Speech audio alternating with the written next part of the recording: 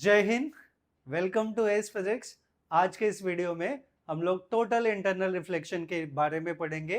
Total internal reflection light का एक phenomena है, जैसे हमने various phenomenas of light already पढ़ा हुआ है।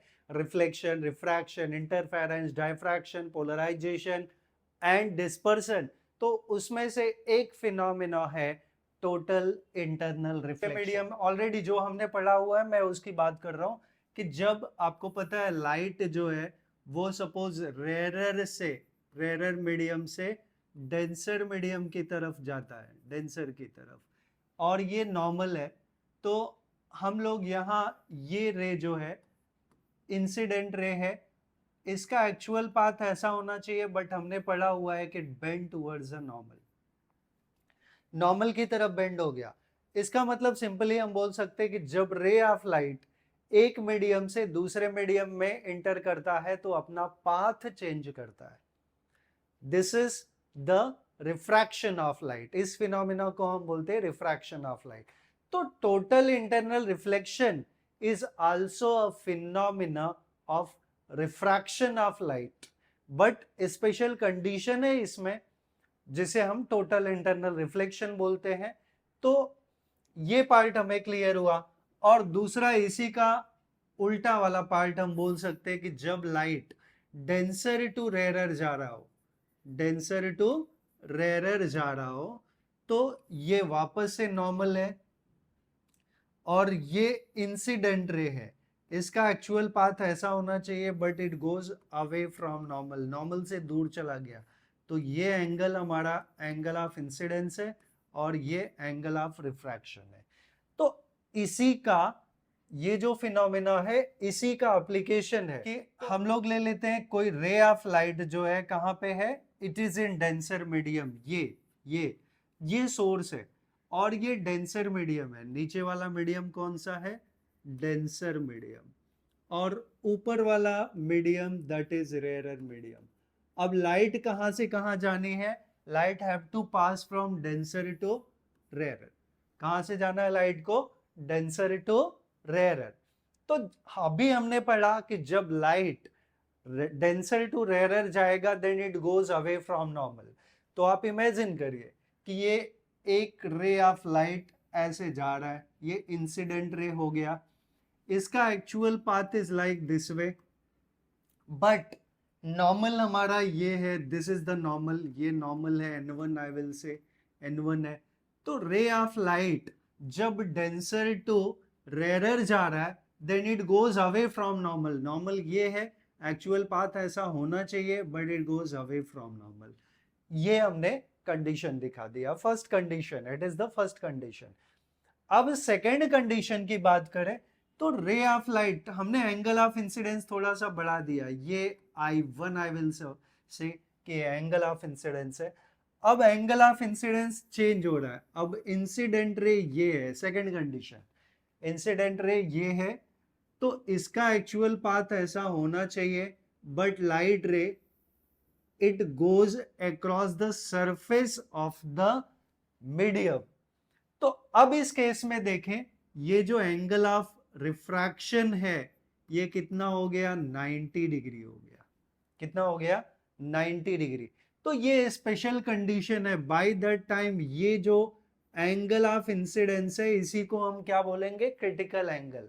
I is equals to IC लिखा है, which is the critical angle. तो क्रिटिकल एंगल हम डिफाइन करेंगे। What is the critical angle? Critical angle is the angle of incidence in denser medium for which angle of refraction becomes 90 degree in rarer medium. This is the critical angle. आगे definition लिखा हुआ है, I will show you. अब एक और condition आ गया कि जब लाइट रे अब यहां से इंसिडेंट हो रहा है, ऐसे यहां से इंसिडेंट हो रहा है, ये हमारा N3 हो गया, ये ऑलरेडी हमने सपोज N2 ले लिया। तो अभी इस रे का एक्चुअल पाथ ऐसा होना चाहिए, बट रे ऑफ लाइट जो है it reflect back in the same medium. Wordings पे ध्यान दीजिएगा। जो रे इंसिडेंट हुआ ये जा कहां से कहां रहा है? Denser to rarer, but it reflect back in the same medium, that is again in denser medium. तो ये टाइम का जो एंगल ऑफ इंसिडेंस है, angle of incidence that is greater than critical angle. Critical angle को हम IC से भी represent करते हैं, IC, और simple it is C, it is what, critical angle. Critical angle, critical angle है ये. तो इस केस में क्या हुआ, रे ऑफ लाइट वापस रिफ्लेक्ट हो गया सेम मीडियम में. अगेन ये चीज ध्यान रखना है कि it was the phenomena of refraction.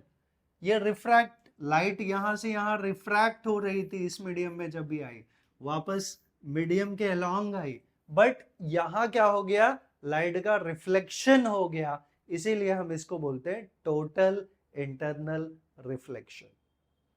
Diamond में ये फिनोमेना होती है, इस वजह से डायमंड हमें चमकता हुआ दिखाई पड़ता है, it sparkles. Why? Because of the phenomena of total internal reflection. तो उसमें क्या होता है, ये जो उसका एंगल ऑफ इंसिडेंस होता है वो हमेशा ग्रेटर देन क्रिटिकल एंगल होता है, और लाइट किधर से किधर पास करता है, that is from denser to rare medium.